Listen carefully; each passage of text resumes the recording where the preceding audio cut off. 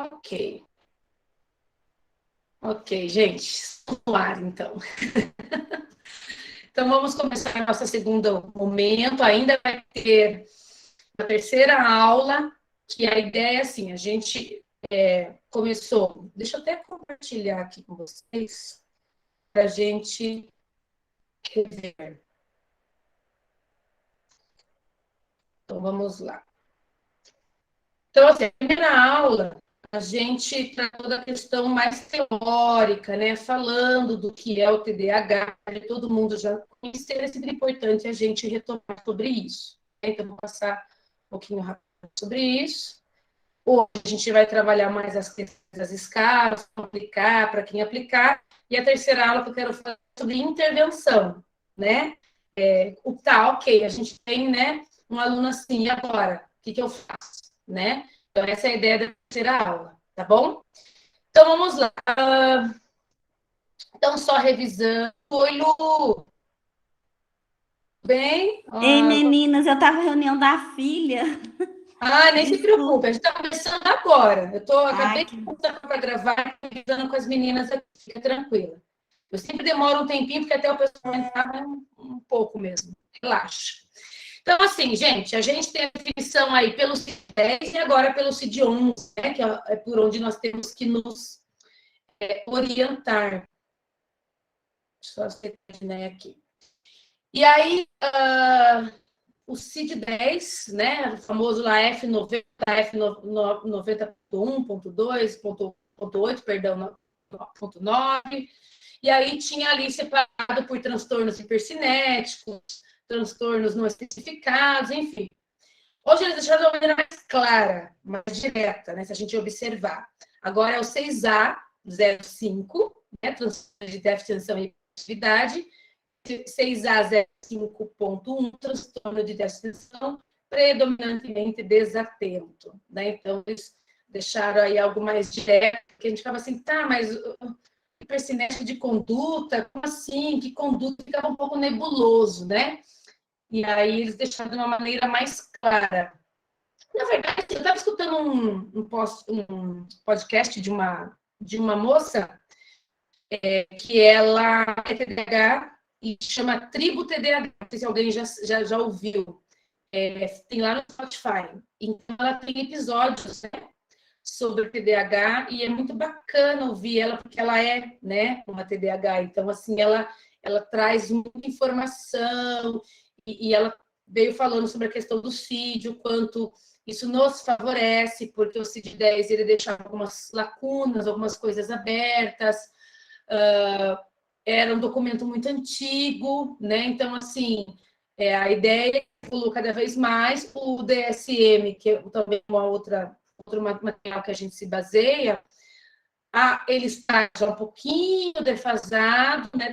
Ele é de 2008, se eu não me engano, então, assim, logo, logo também já deve vir uma atualização, mas é que o CID, né, ele é mundial, né? E o DSM é feito por uma classe de psiquiatras dos Estados Unidos, né, norte-americanos. Então, mas os dois têm o seu valor e é por eles que nós nos baseamos. Os médicos se baseiam muito pelo CID, porque é um código, né, de classificação. Então, a gente acaba se baseando muito pelo CID. Por isso que agora, com esse CID-11, é bacana, a gente até coloquei para vocês aqui, só retomando da aula passada, né? O que diz a definição do CID-11, né? Sobre a questão do que é essa desatenção, né? Que é uma desordem de uma hiperatividade caracterizado por pelo menos 6 meses no sujeito. Tem também o déficit de atenção com... Deixa eu só aceitar aqui. Tem a questão do hiperativo impulsivo. Então, a gente tem que entender assim, todos são TDAH, transtorno de déficit de atenção com hiperatividade. Predominantemente desatento. É aquele sujeito que não tem aquela hiperatividade física, mas a atenção dele é muito baixa. E tem aquele predominantemente hiperativo impulsivo. Aquele sujeito que é muito agitado, muito impulsivo, age sem pensar, tem uma dificuldade, um rebaixamento no freio inibitório muito grande. E tem o do tipo combinado, que são os dois. Ele é tanto desatento quanto hiperativo, né? Agitado. Então, a partir desses três, né, o profissional que vai estar atuando com essa criança, com esse jovem, enfim, vai desenvolver todo o seu trabalho, né? Então, eu só estou passando rapidamente sobre um pouquinho aí do que é cada um. A hiperatividade é questão, né, de atividade motora excessiva, dificuldade, né, em ter o autocontrole no comportamento. Então, uma criança que não para sentada, você vai observar na tua sala de aula ou no consultório, né? Tá sempre de pé na carteira. E assim, por exemplo, eu tenho muitas crianças lá que têm esse perfil, elas não conseguem ficar sentadinhas na cadeira, na minha mesa. Estou fazendo uma atividade com ela, por exemplo. E ela tá todo momento, ela senta, quando ela cansa, daqui a pouco ela levanta. E daí ela começa a fazer as coisas. Gente, eu não fico falando para ela sentar toda hora, porque isso incomoda ela. Eu prefiro que ela seja produtiva e esteja fazendo a atividade que eu propus ali para desenvolver outras atividades do que a questão de sentar. Não vai interferir na produtividade dela, né? Tem até um videozinho que está passando bastante, eu coloquei no meu Insta também, das crianças falando, professora, entende quando eu não quiser sentar, né? Tem crianças que falam assim para mim, eu penso melhor quando eu estou de pé. E ficam mexendo o corpinho assim, né? Então, por que eu vou podar essa criança? É claro que ela entende que durante uma prova, por exemplo, ela precisa se manter sentada. Tem atividades que eu falo assim para eles, mas nessa atividade eu preciso que você tente ficar sentado, senão você não vai conseguir fazer e vai dar tudo errado, tudo bem? Ah, tudo bem. E eles se conseguem manter sentados. Terminou a atividade, ele levanta. Porque ele teve que trabalhar o quê? O controle inibitório dele, que é a nossa função também, desenvolver isso, né, na criança. Porque ela não tem isso estruturado. E aí também você vai treinando. Treinamento não é obrigação, né? Senta, não. Agora, se você vai treinando, cada dia você põe uma atividade que ele fique um pouco mais sentado e vai aumentando esse tempo, ele se acostuma, né? Tudo é treino. Eu sempre falo para as crianças assim, eles falam, porque eu não consigo, porque eu não sei o quê, porque não dá, porque eu sou hiperativo, porque eu sou desatento. Eu falo, quando você nasceu, você já saiu andando? Não. Você sabe andar de bicicleta? Sei. Você já pegou a bicicleta a primeira vez na tua vida e saiu andando? Não. Como é que você fez? Eu fui indo, minha mãe me segurava, tinha rodinha, daí minha mãe me soltou, daí tirei a rodinha, daí comecei a andar, caí alguns tomos. Falei, tá vendo? Então, tudo é treino. Então, sempre para as crianças, eu dou exemplo para eles de que tudo é treino e que não é de um dia para o outro que vai mudar. E eu nem espero isso. Porque também isso gera uma ansiedade muito grande neles, né? Eles pensam assim, mas eu nunca vou conseguir ser bom o suficiente. Eu nunca vou conseguir. Eu sempre me esqueço das coisas, né? E a gente costuma dizer que o cérebro de crianças e pessoas, né, hiperativas, elas têm uma plenitude criativa, porque eles são muito criativos, mas é um cérebro exausto, porque está sempre pensando muita coisa. Então, o que a gente tem que fazer? A gente tem que pegar e trabalhar essa plenitude, essa criatividade, mostrar o quanto isso é bom, para que a gente consiga equilibrar com aquilo que aquele cérebro que está cansado, né? Está sempre pensando muita coisa, muita coisa. Tem horas que eles param e falam assim, estou muito cansado. E a pessoa não entende às vezes, né? Como assim cansado? Você não fez nada.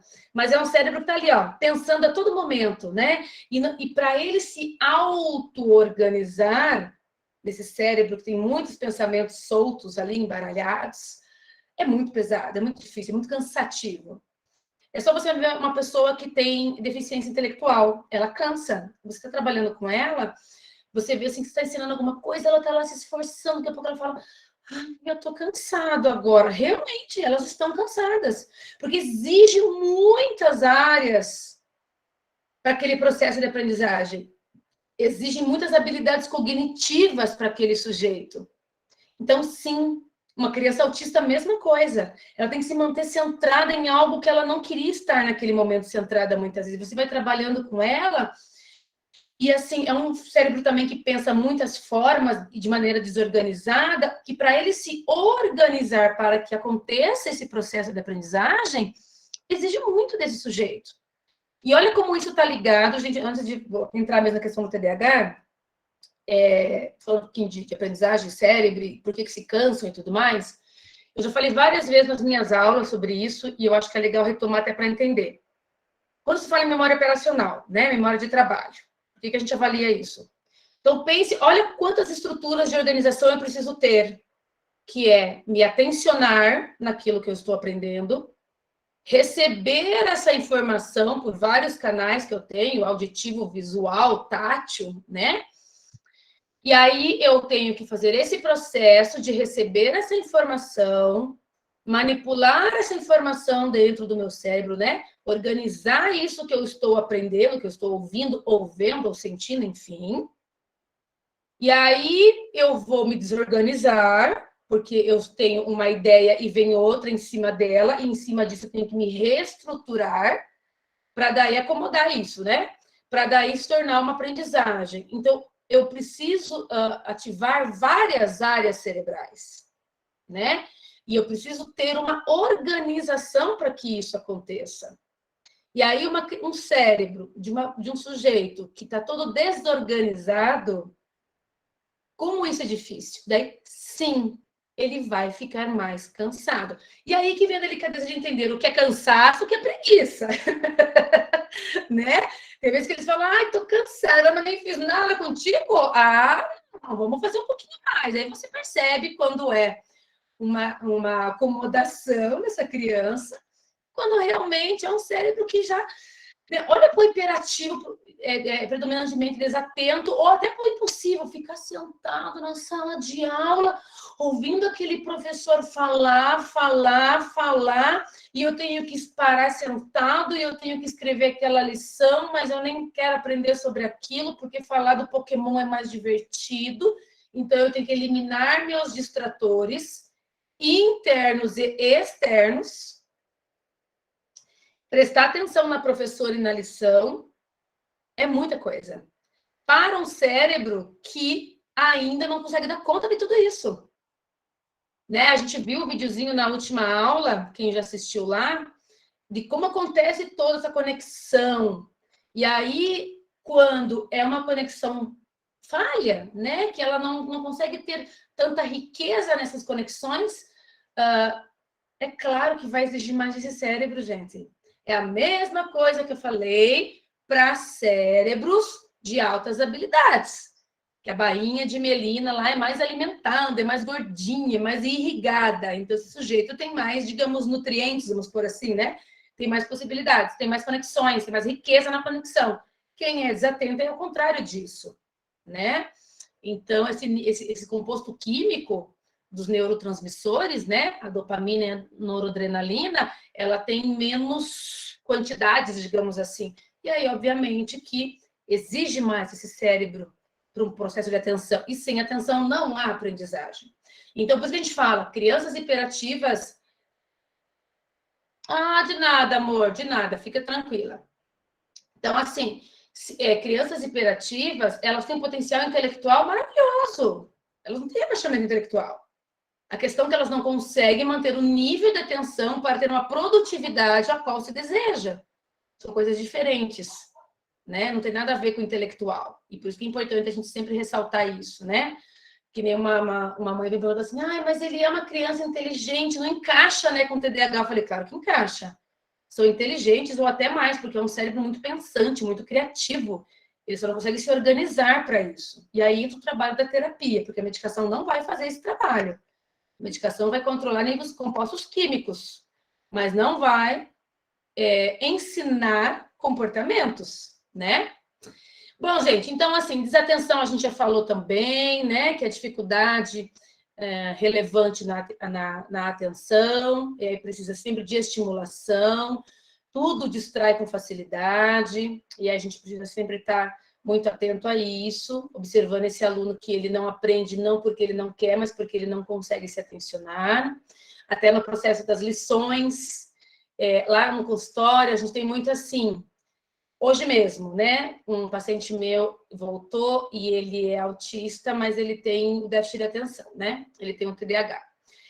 E aí ele tá tomando a Ritalina LA. E daí a gente fazendo os cálculos com a mãe, né? Porque ele dura de... o médico falou que dura 8. Eu falei, nem sempre. Ele dura de 6 a 8 horas, depende do organismo do sujeito. né? Então, tem que ver que horário que ele toma, porque você quer que ele chegue em casa, almoce, descanse um pouquinho e vá fazer lição. E ele já está no final da medicação. E aí a gente falou, ó, vamos tentar entrar um pouquinho mais tarde, desde as 7, começar às 7h30, depois eles 2h30 no máximo, ele já tem que estar fazendo lição de novo em casa, enfim. Então, olha como é importante o nosso trabalho, de conhecer essa medicação. Eu acho que é até um tema legal, né, gente? A gente estudar um pouquinho sobre medicação, farma. O que vocês acham? Legal, né, Angélica? É Vanessa Han, né? Eu tenho um material maravilhoso de farma, gente. Eu acho que vale a pena a gente estudar antes de entrar em intervenção, na terceira aula que eu falei para vocês, talvez falar da medicação. Eu não vou falar hoje porque eu nem, vou ser bem sincera, nem dá tempo, na verdade, né? Mas deixa que a gente fala dessa parte medicamentosa, porque a gente tem que conhecer a medicação que o teu paciente está tomando, né? Então, assim, e eu peguei essa informação de tempo de Ritalina e tudo mais com o médico, conversando com um médico amigo meu, neurologista. Eu falei, ó, preciso entender qual é o tempo que essa medicação faz efeito no sujeito. Ah, Ritalina, 4 horas, LA de 6 a 8, Venvance 12, né? Então, opa, vamos lá, vamos entender isso. Então, acho que dá para a gente estudar sobre isso também, se vocês toparem. Então, gente. Bom, a hiperatividade predominantemente a hiperativo impulsivo, né? Autocontrole quase zero, muito difícil. A gente conhece muitos professores assim. A classe de professores tem bastante professores com TDAH. Toda vez que eu vou fazer palestra, eu vou falar sobre isso, alguém levanta a mão. Eu falei assim, você é professora de educação física, né? Dela, sou. Eu acho o máximo, porque é muito comum. Professores e professores de educação física, por quê? Porque está em movimento, né? Está falando, está em movimento, está vendo gente, está fazendo coisas diferentes, né? Então, é muito comum a gente ver um hiperativo como professor e não sentado lá na frente de um computador ali, totalmente atencionado, fazendo a mesma coisa todos os dias. Não quer dizer que não tenha. Estou dizendo que é mais difícil, né? Geralmente são mais atletas, né? Trabalham com vendas. Pode ver que tem aqueles vendedores que chegam para você e falam assim, gente, esse homem é um furacão, né? E fala e conversa e mostra e fala assim, gente, vou comprar o produto só pela animação da pessoa, né? Então, assim, são pessoas que provavelmente têm esse indicativo, né? Bom, daí a gente falou da questão combinada, né? De ser desatento e hiperativo, que é aquela pessoa desligada, mas agitada ao mesmo tempo, esquece todo momento as coisas, né? Perde materiais. Tá falando com você, daqui a pouco ele... O que eu tava falando mesmo? Né? Se perde no meio do assunto com a galera, acaba respondendo de maneira precipitada, mas não sabe nem do que está sendo falado, porque não está atencionado naquilo, ok? E aí tem um videozinho que eu tinha mostrado para vocês, mas eu não vou mostrar hoje para a gente não perder muito tempo, tá? Aí eu falei das questões químicas, as questões de características, né, desse indivíduo, que a gente não precisa retomar agora aqui, dessa definição. Sim! Aqui é um erro meu, tá? Deixa eu falar para vocês. Deixa eu voltar aqui, ó. Não existe mais esse termo DDA, viu? Antigamente, sim. Hoje não se fala mais, tá? Caiu faz um tempo já. Eu fui estudar um pouco mais a fundo isso, porque eu tenho esse material há bastante tempo já, só fui reestruturando algumas coisas e fazendo os slides novos. E aí eu estava estudando essa semana passada, sobre o TDAH, falei, gente, deixa eu ver que tem mais de novo e tudo mais, e não tem. É um erro meu, depois eu corrijo para mandar para vocês postar lá no Drive. O DDA caiu em 87. Não se usa mais esse termo, tá? É TDAH, não existe só o DDA. Porque daí vai fazer o quê? Predominante desatento, tá? Então, só uma correção aí que foi uma falha minha, tá bom? Então tá, meninas, agora vamos entrar no que a gente se propôs hoje, então. Ok, você chegou lá o sujeito para você faz lá a avaliação clínica, digamos que ele não tem o diagnóstico, né? Veio para você como uma queixa. E aí você faz na anamnese a coleta de dados, pega o máximo de informações possíveis, pergunta se a queixa, uma dica para vocês prática, se a queixa já fala assim, Ai, eu trouxe porque a escola falou que ele é muito desatento. Nossa, ele é tão agitado.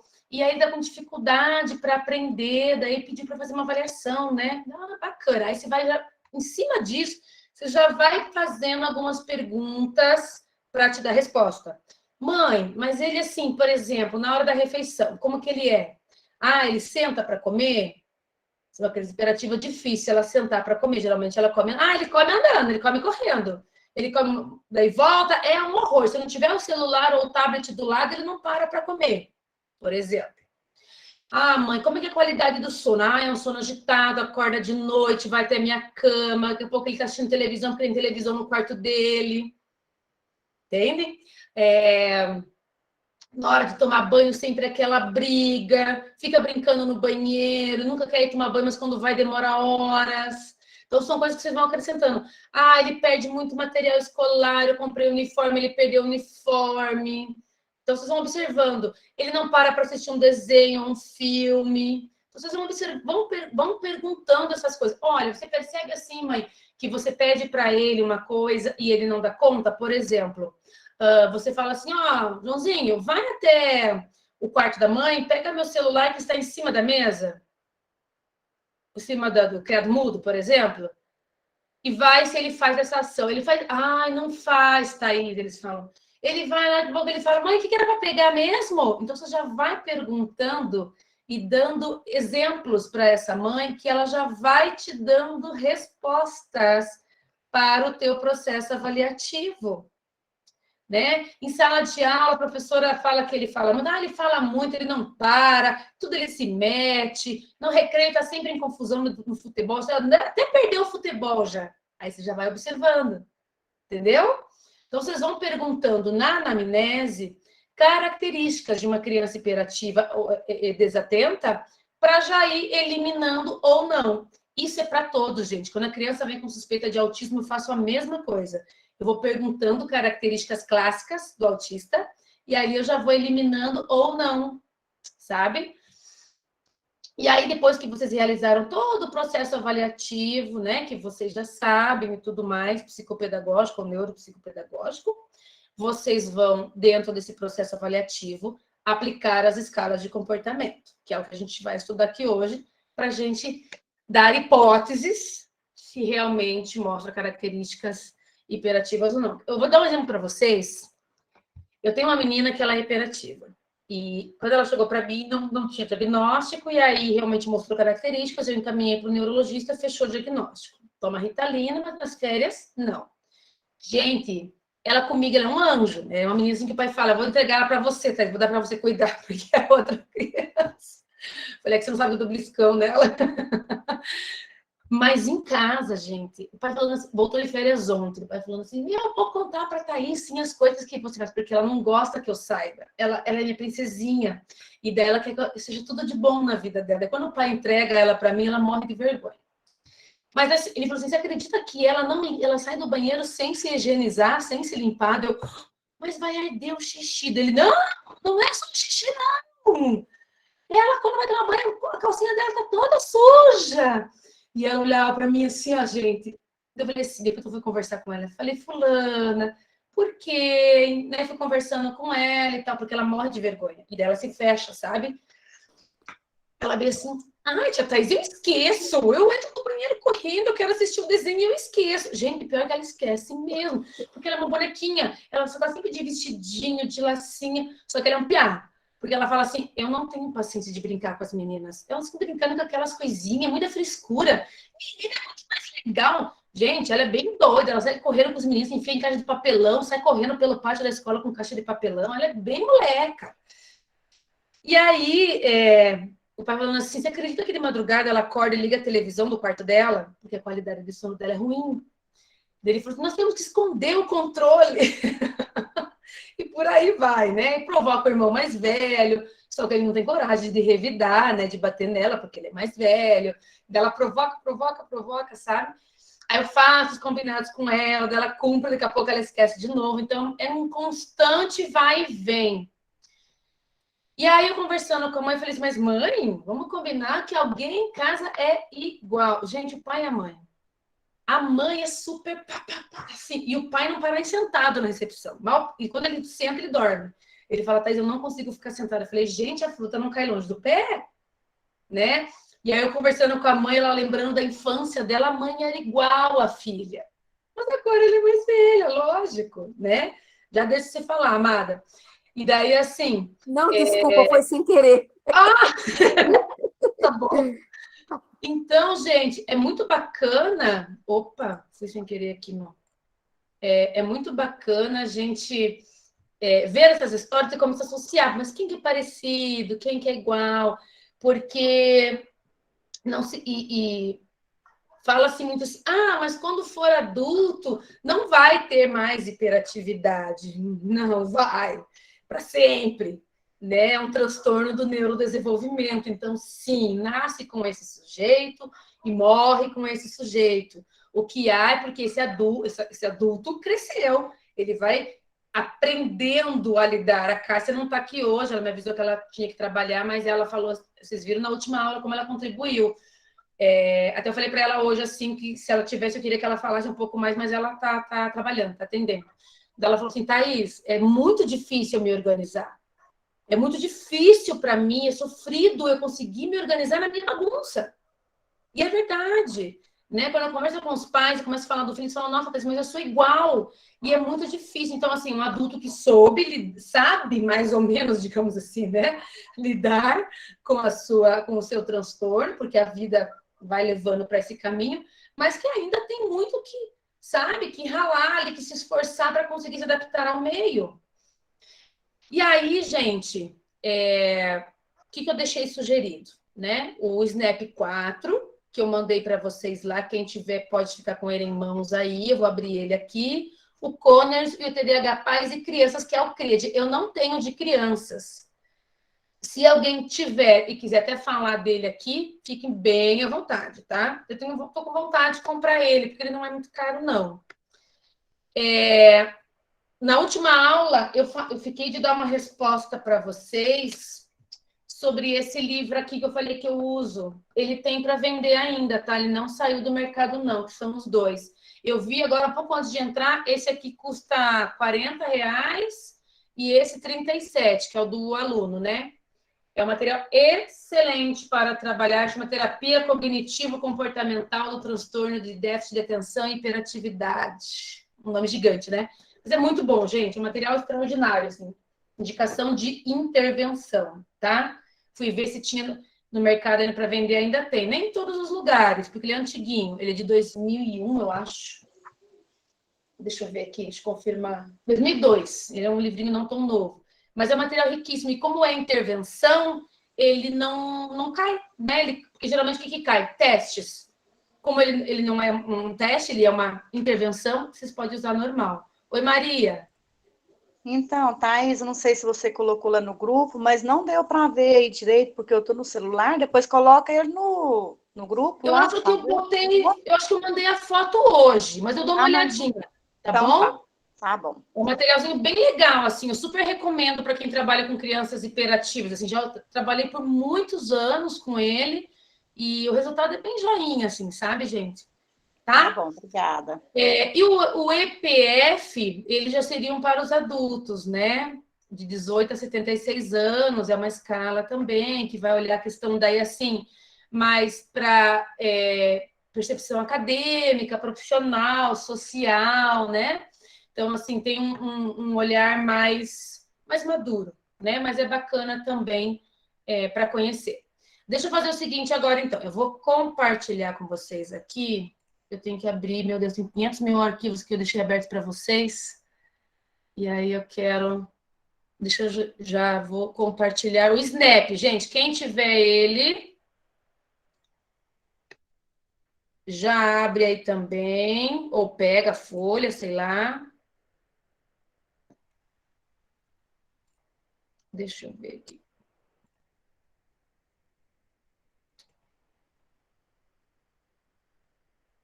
Poxa, peraí. Espero que ele abra. Aí, aqui. Uhum.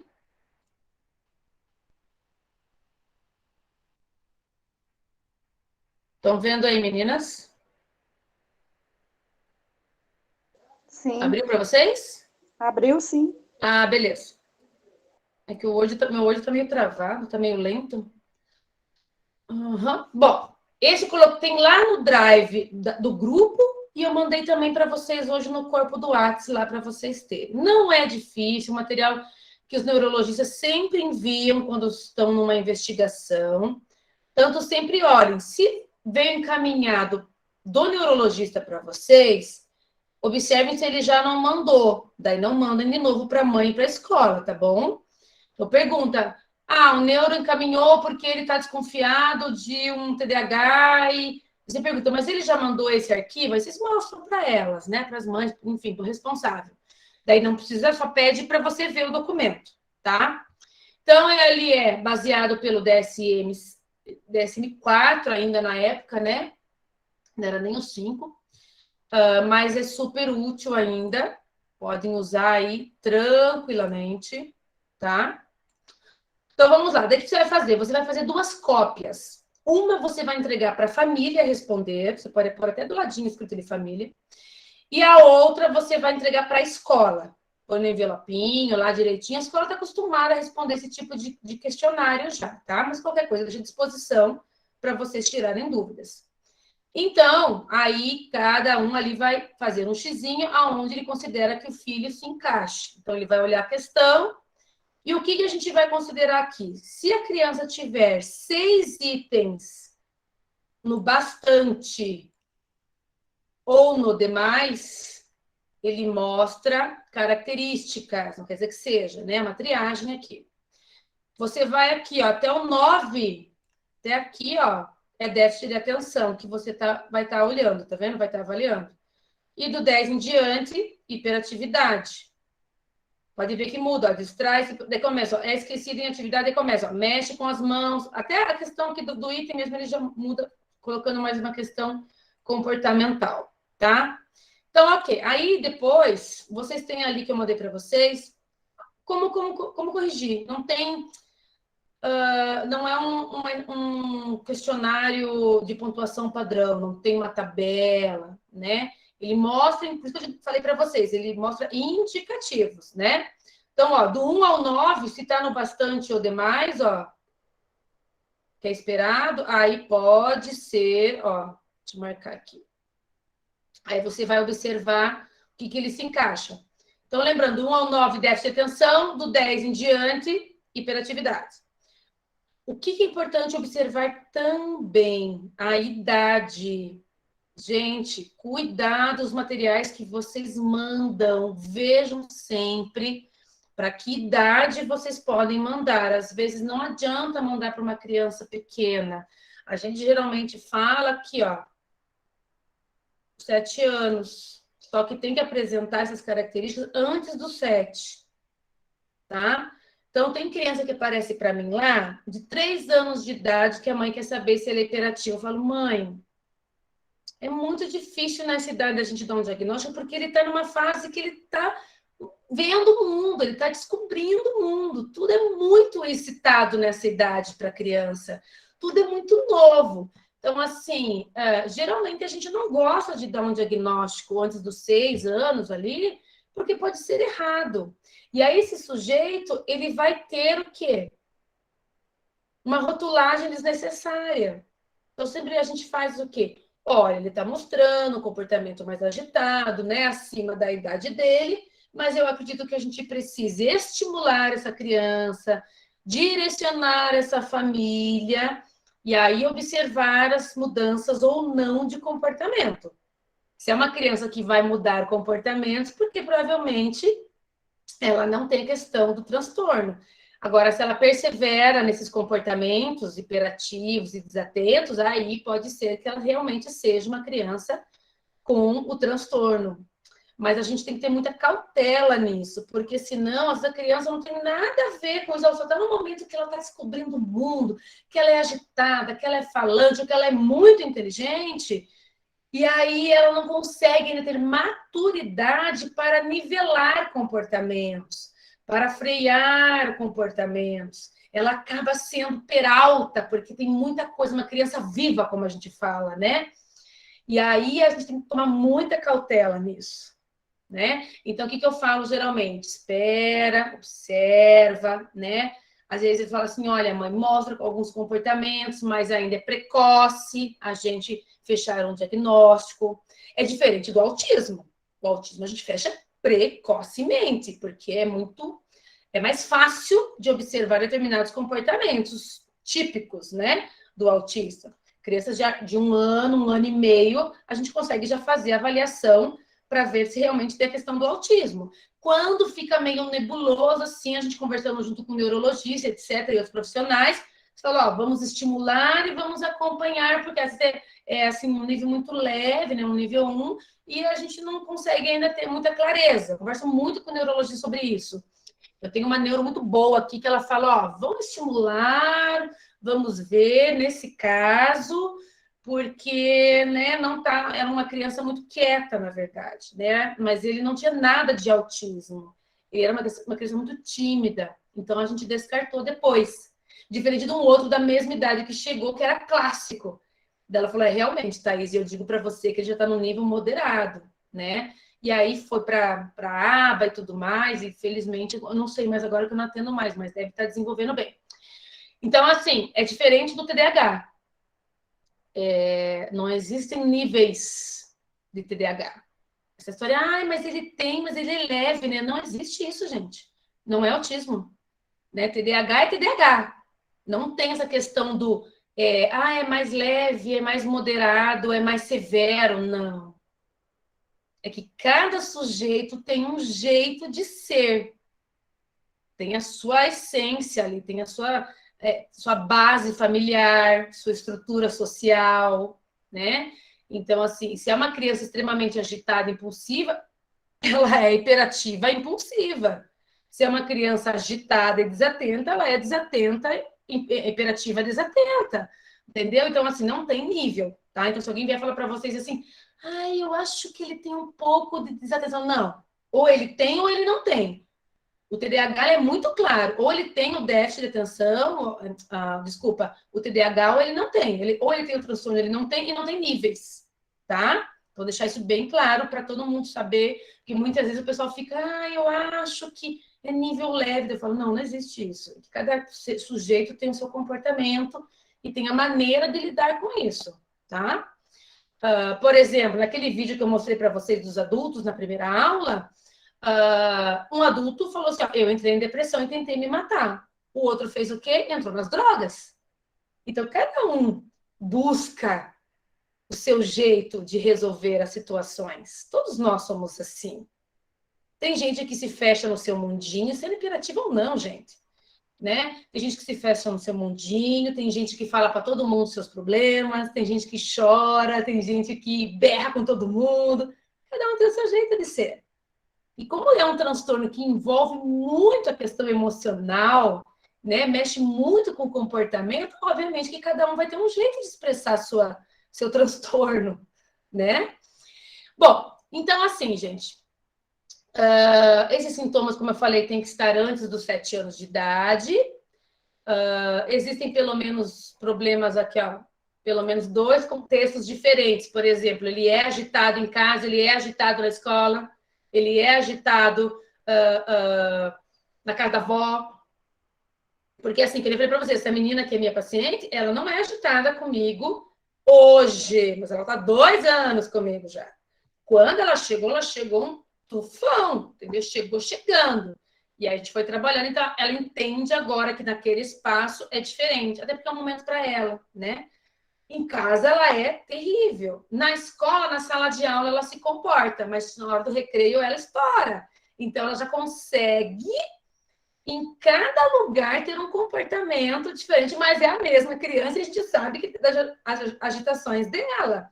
Então, assim, sempre observar se não é só em casa, por exemplo, né? Ou só na escola. Porque aí tem alguma coisa que não está encaixando nesses ambientes, né?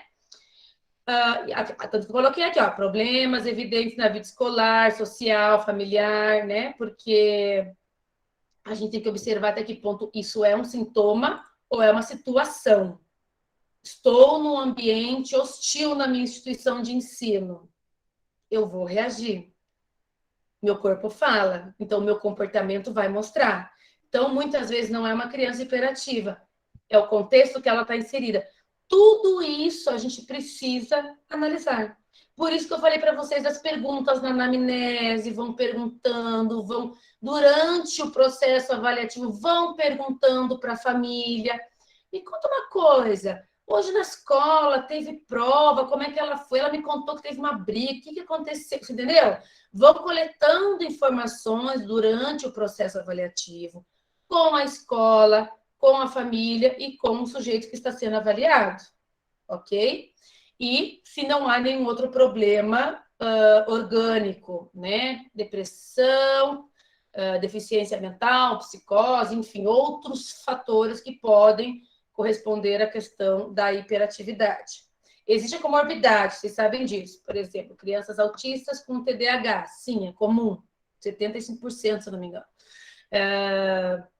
Crianças com altas habilidades de superdotação, não é uma criança com o transtorno, mas é uma criança muito para frente, né? É um cérebro muito pensante, é um cérebro estimulado. Então, assim, a gente tem que ter esse olhar, o que deixa o nosso trabalho um pouquinho mais difícil. Ok? Bom, e é isso que eu vou fazer. Aí vocês pontuaram aqui, digamos que fechou 5 em déficit de atenção e 3 em hiperatividade. Não mostra características.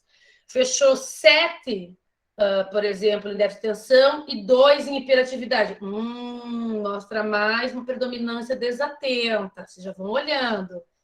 Mostrou alto nos 2. Pode ser aí do tipo combinado, né? Mostrou nada de desatenção, mas a questão de hiperatividade e impulsividade foi altíssimo. Deu 6, 7 pontos ali.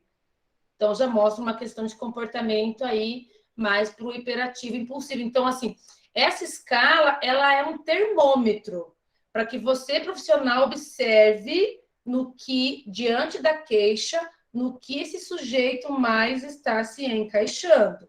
Ok, gente? Dúvidas do SNAP? Tranquilo, Snap, tranquilo. Tranquilo, né? Posso puxar corners? Entenderam como é que manda, né? Manda, pega de volta, faz a pontuação e escreve lá no teu relatório como é que foi. Na percepção familiar, tantos pontos, características. Na percepção escolar, tantos pontos na hiperatividade, tantos pontos de déficit de atenção, características marcantes, tá? Então tá, eu vou para o outro agora então. Vamos para Conners Família, que é um pouquinho mais comprido o Conners.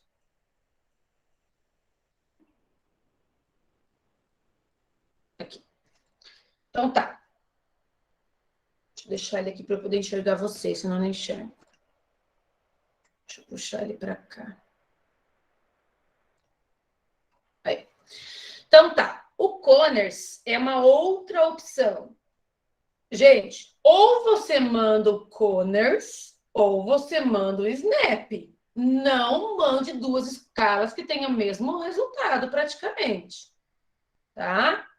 Não vejo necessidade. Não vejo. Apesar que o TDAH PAS também tem a mesma conotação, eu acho que diferencia, porque lá fala, depois a gente vai entrar nele, mas o TDAH PAS, ele fala de comportamento adaptativo, regulação emocional, hiperatividade e falta de atenção. Então, ele tem uma outra pegada. O Snap e o Conners eu já acho mais semelhante porque ele foca mais na questão imperativa, né? Questões motoras, digamos assim, comportamentais e desatencionais. Mas, se vocês acharem que é necessário, não é uma proibição, tá? É só uma sugestão. Quando eu mando o Snap, eu não mando o Conners. Eu só mando o Conners, não mando o Snap. Mas, quero mandar, quero ter mais informação, vou me sentir melhor, vou me sentir mais segura. Gente, relaxem, não tem problema nenhum. Né? Melhor pecar pelo excesso do que não ter dados. O que eu digo para vocês assim, gente, como é ruim trabalhar sem dados suficientes. Então, assim, cuidem disso, porque às vezes, vocês sabem, eu corrijo várias coisas aqui, eu falo, mas cadê tal coisa? Né? Estou sentindo falta. Então, assim, não tenham medo de colocar mais. O que não pode é colocar menos que não te dê resposta. Entende? Por exemplo, saindo um pouquinho das escalas, digamos que você aplicou material, sei lá, de linguagem, você aplicou o PROAD, que tem lá leitura, escrita, ditado, enfim. E aí você acabou não aplicando de leitura. Você aplicou só o ditado. Daí você fala assim, como é que você vai mensurar a questão de linguagem se você não aplicou leitura? Entende? Tá, mas ele lê bem, não lê bem, ele entende que ele lê. A gente aprende primeiro a ler, depois a escrever. Essa é a tendência, né? Falando em alfabetização. E aí, como é que é? Essa criança entende o que ela escreve? Ela tem essa rota fonológica? Ela tem essa... Entendeu? Então, assim, não sei se não foi aplicado de leitura nela, não sabemos. Então, meninas, não tenham receio. Aplique. Eu sempre faço assim, eu faço um cronograma. Então, eu vou aplicar essa testagem para a área emocional, não, desculpa, porque falando de neuro, né? Na psicopedagogia a gente tem a parte emocional. Vamos falar de neuro aqui. Eu tenho isso para ver cognição, para ver linguagem, todas as estruturas da linguagem, leitura, escrita, interpretação, matemática, né? E por aí vai. Então, assim, eu faço um roteirinho lá e vou ticando tudo que eu fiz com o meu avaliando. Para que eu fale, não apliquei tal coisa, e agora? Né? Faça um roteirinho, nem que seja um post-it ali que você cola ali se você quiser, ou faz uma tabelinha, e na tabelinha você vai ticando o que você vai aplicar, né?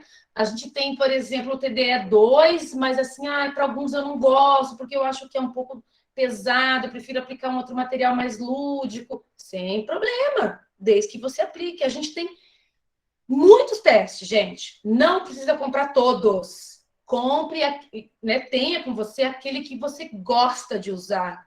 Tem muitos que eu não tenho. Não tenho por vários fatores. Alguns porque eu não quero e alguns porque eu tenho dinheiro.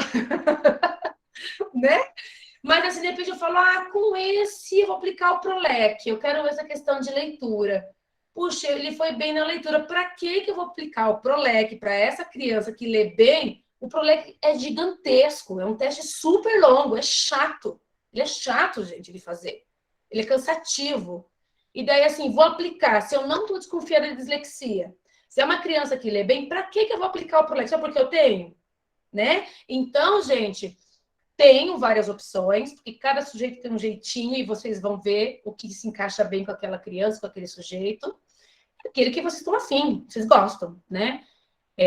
Mas não se preocupe em colocar todos eles, mas sim um para cada habilidade, um para cada área, tá? Bom, escala Conners, aí você vai mandar este daqui, comportamento habitual em casa, então você vai mandar para a família. Geralmente eu pego uma caneta marca-texto e marco ali, ó, 0 para nunca, 1 para às vezes, 2 para frequentemente, 3 quando ele sempre faz isso. Aí você tem ali, tá vendo? 0, 1, 2, 3. Aí a criança, o pai, desculpa, vai começar a olhar e vai marcar. Desperta-se à noite? Sei lá, às vezes. Vai marcar lá 1. Tem medo de gente? Não, não tem, 0. E assim vai, né? Então, aqui você vai observar questões bastante comportamentais, tá? Aqui ficou eu mandei refazer esse arquivo e ficou um izinho ali. Bom, enfim. Ok. Preencheu tudo. Gente, eu deixei aqui da onde eu recebi esse material, que é da Rita Russo, tá? Tem vários modelos de Conners, assim, na internet também. Vocês usam o que vocês gostam aí. Esse é o que eu uso, que eu tive na minha pós, mas fiquem muito à vontade, tá? Bom, enfim, mandou. Você vai somar essa pontuação. Apenas somar. Então, vai ser lá, 3 mais 2, mais 1, mais 1, mais 1, mais 2, mais... Depende. Onde o pai marcou X, você soma. Só soma. Somando, você vai ter uma pontuação, certo? Já vamos continuar lá, que eu vou te mostrar o outro. Aí, você vai mandar o Conners também para a escola. Esse aqui, ó. Deixa eu pôr aqui. Então, você manda aquele lá para a família. São questionários, ó, diferente do SNAP, que é o mesmo para pai e para a escola, o Conners não, hein? São perguntas diferentes, cuidado. Conners é um para os pais e outras perguntas para a escola. Cuidado, ó, comportamento em sala de aula, isso é da escola. Mesma coisa, 0, 1, 2, né? Tá tudo certinho ali, mesma coisa. Também vai orientar que esse professor, ele preencha uma coisa aqui, tá?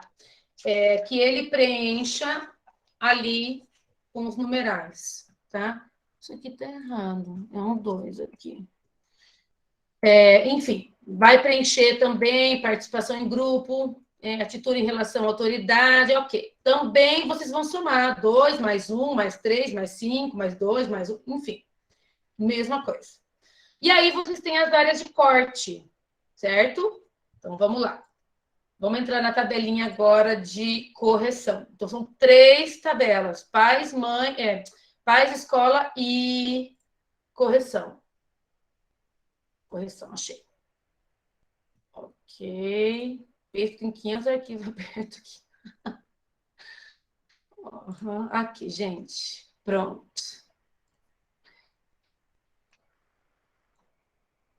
Parece difícil, Connor, mas depois que você vê, nossa, é muito simples, gente. Primeira vez que eu fui ver, também quase surtei, entrei aqui nesse site aqui para tentar entender. Fiquei um tempão lendo isso, entrava no site, não dava certo, mas depois eu vi que é bem simples. Bom, e aí vocês têm ali as áreas de corte, tá? Para os professores, é igual a 62. Então, quando você somou naquela escala de professor, se deu de 62 para cima, mostra indicativo de déficit de atenção com hiperatividade. Daí você vai, ali tem separado aqui para você ver em qual ele mostra mais predominância. Ó, esses são os itens de hiperatividade. Esses são os itens de desatenção, de passividade e conduta antissocial. Então, gente, esses itens aqui é só para mostrar para vocês, na correção, qual é as características que mais esse sujeito apresenta. Se é para hiperatividade, se é para déficit de atenção, se é para comportamento antissocial, entenderam? Mas a pontuação é simples. De 62 para cima, mostra características. De 61 para baixo, não mostra muitas características. 61, você fala que, assim, tem um olhar atento teu daí, né? Que está muito próximo da área de corte. Dá uma olhada, observa clinicamente ali nas tuas sessões como que ele se comportou, para ver se vai realmente pendendo aí para um transtorno ou não, tá? Mas deu lá, sei lá, 40, 43, 50, 52, provavelmente não mostra comportamentos hiperativos, né? Com déficit de atenção. E do pai, a área de corte é 58. Do pai é diferente, é um valor menor. Então, a família respondeu, você somou lá, deu 58 para cima, mostra características do transtorno, 58 para baixo, 57 para baixo, não. Tá? E também você vai olhar aqui os fatores, aquilo que ele mais se assemelha, tá? Então, é bem simples o Conners, é legal, é bem rico de informação. Na verdade, ele é mais rico de informação que o SNAP. O SNAP, ele é mais curto, pode ver, ele é bem curtinho, ali são 18 perguntas, se eu não me engano, não é nada muito extenso. É diferente do... eu acho que eu devia um arquivo para vocês, hein? Deixa eu ver uma coisa aqui. Eu acho que eu não mandei o de paz para vocês lá no grupo. Ah, não, tá aqui, ó, perdão, desculpa. Eu que não deixei o negócio. De paz tá logo embaixo aqui, ó. Tá? Ó, tá aqui, ó. Então, ó, esse arquivo que vocês têm lá, ó, versão professor, 62. Aqui estão os itens, tá vendo, ó? Porque esses números aqui do lado são os itens lá da escala de professores. Só para ajudar vocês a se localizar. E aqui o de pais. Ó, 58, a área de corte, tá? E daí tá aqui, ó, os itens dos pais. Para hiperatividade, medos e somatizações, né? Quando eu aumento demais aquilo, né? Medo de gente, né? Apresenta tremores, mostra-se tenso e rígido, queixa-se de enfermidades e dores. Ah, tô com dor na barriga, toda hora tá com dor, né? Perseveração e perfeccionismo, tá vendo? São outros fatores, ó. E condutas de furtos e condutas antissociais. É muito legal. Então, assim, o Conas, ele é mais rico de informação. Então, aí fica a critério de vocês, tá? Por isso que eu digo assim, que se você mandar o Conas, você vai mandar o Snap, meio que fica igual, sabe? A não ser que você mandou o Snap e ficou muito nebuloso ali, muito fora do que você está observando, ou está muito discrepante o resultado da família com o resultado da escola. Aí você fala, não estou conseguindo, né? Não estou conseguindo fazer essa interpretação. Aí você manda o Conners para poder confirmar, entendeu? Porque o Conners ele é bem informativo, ele é bem completo, tá? Então, fica a critério de vocês. Eu gosto de ambos, assim, ambos me dão bastante referência. Gente, Conners ok? Dúvidas? Não, tranquilo. Tranquilo? Tranquilo, Thaís. Facinho, né, gente? Vocês viram que facinho? Parece que é super difícil, mas não é, não. Então, tá. Agora, eu quero mostrar para vocês... Deixa eu começar a fechar aqui, porque senão eu não me acho. Esse tá... Deixa eu ver uma coisa aqui. Ok. Me dá só um minuto aí, gente. Escala TDAH Paz. Deixa eu compartilhar um pouquinho esse aqui com vocês, depois eu volto lá.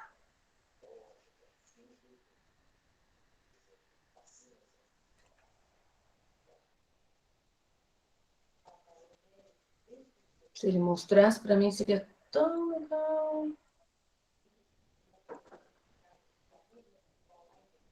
Às vezes esse Meet me deixa na mão. Aí, eu boto para compartilhar o PowerPoint e ele não me aparece. Então, olha só. Eu gosto bastante, particularmente, é um material assim que vale a pena investir, né? Ele tem o livro e a folha para você poder ter a escala para mandar para a família. Tem que ter a licença pelo site da Memon. Você entra lá e compra a folha. Ele é um PDF, e aí ele de uso para sempre, vitalício, né? Então não precisa ficar comprando depois de um tempo, porque ele é um PDF bem simples. O CRIAD, que é a autoavaliação no TDAH, que é a criança ou adolescente que está sendo avaliado, né, que é de 6 a 15 anos, você dá para ele responder. Por isso que eu não comprei ainda, porque eu não achava assim que fosse, sabe? Falei, tá, mas a criança ter essa maturidade, esse adolescente de se auto-perceber. E daí, na época, eu não quis, né? Eu comprei só o de pais. Mas hoje eu digo para vocês que é bacana a gente ter esse olhar, principalmente para os jovens. Então, eu estou com muita vontade de comprar aí o livro para dar uma olhada, assim. Eu não sei se a folha é separada desse. Como eu não tenho, eu preciso investigar isso. O livro nem é tão caro. Mas o de pais é bacana, porque daí você manda para os pais, que nem você manda o Conners ou o Snap, e eles vão responder, não é para a escola, não vai.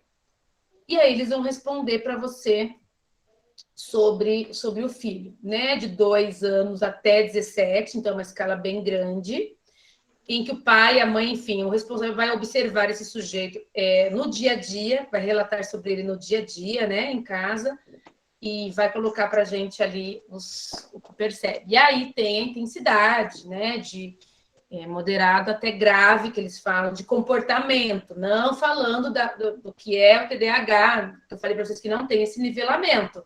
É só para que a gente perceba ali se ele mostra características, porque essas escalas, elas sugerem comportamentos. E isso tudo é somatizado com o teu processo avaliativo. Mas o psicólogo ou o neurologista que estiver atuando com esse sujeito.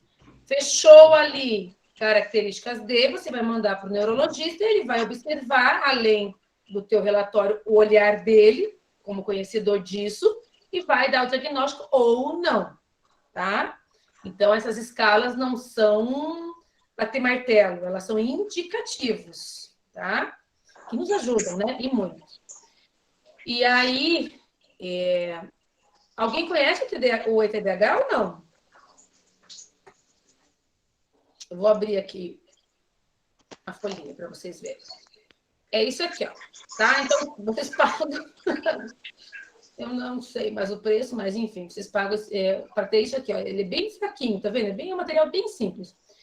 Gente, a doutora Edilene, ela é muito boa, né, nessa área de TDAH, ela tem um conhecimento gigantesco, assim, eu acho bem, bem bacana. E aí vem o livro, né, o livrinho de paz, que é bem fácil de ler, mas tem que prestar atenção, porque ele tem algumas mudanças. Eu tô com um microfone aberto, gente. Estou percebendo um pouquinho. Maria, você fecha para mim um pouquinho, amor, o microfone? Obrigada, amor.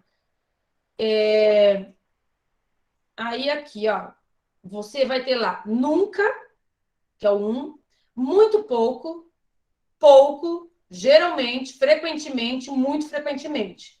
Não deixe nenhum em branco. Então, geralmente, eu destaco isso aqui para os pais também. Então, aqui vai avaliar o quê? Que é o fator 1, regulação emocional desse sujeito. Aí, ele vai anotar ali o xizinho e você vai somar, ok?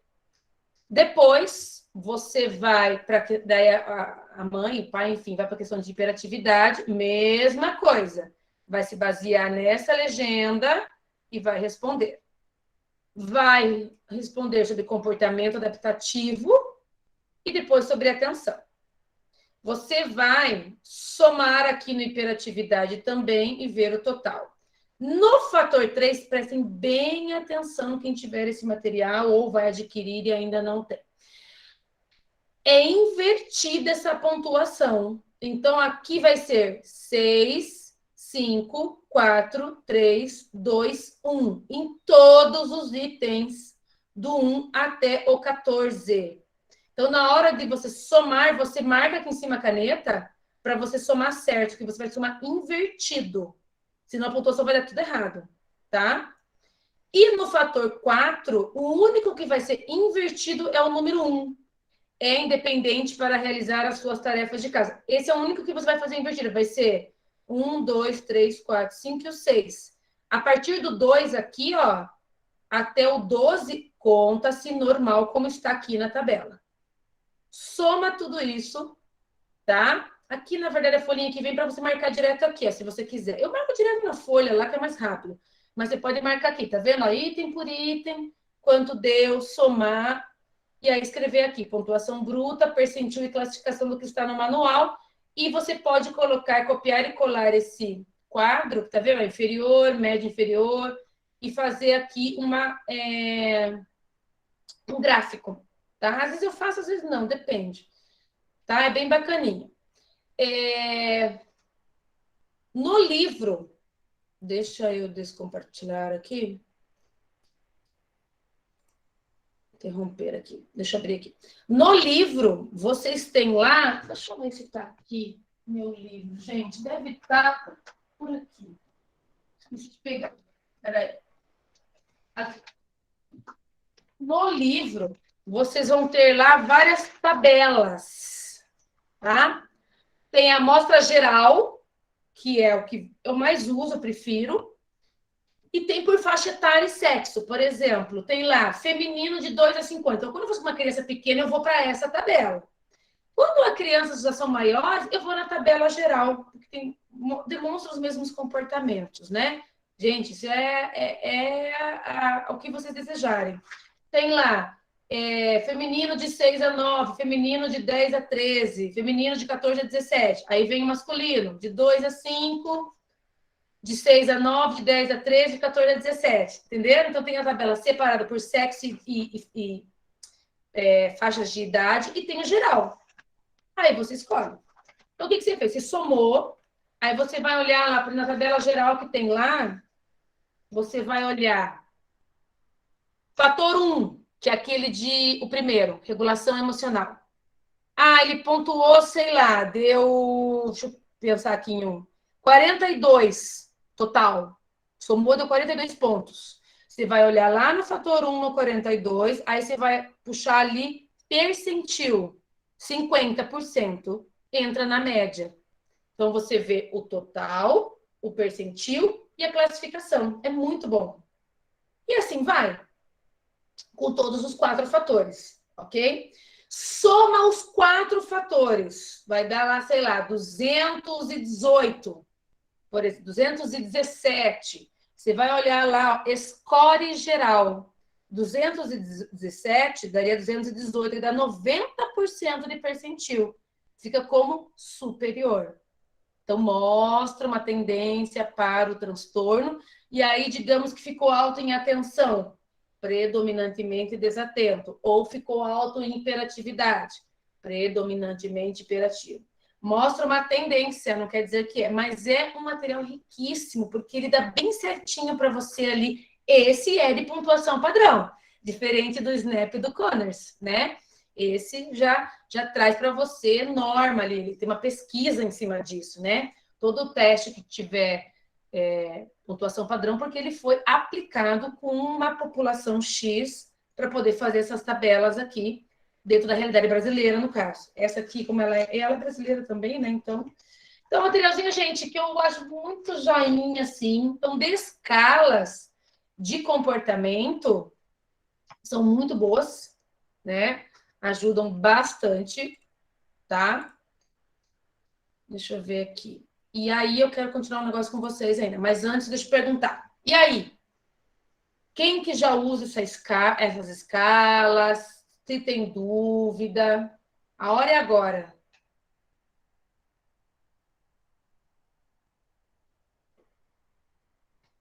Usam, No gente? início eu achei ela complicada, né, Thaís? Assim, mas aí depois que a gente foi conversando várias vezes, assim, aí hoje eu já realmente eu consigo já compreender, né? Mas assim, é aquela questão que a gente sempre conversa, é manuseio, né? Quando a gente começa a botar na mão na massa ali, que aí fala help aqui, socorro, o que aconteceu, que às vezes é isso, a gente pensa que a criança vai dar um resultado e dá outro, e a gente fala, uai, peraí, tem alguma coisa, né?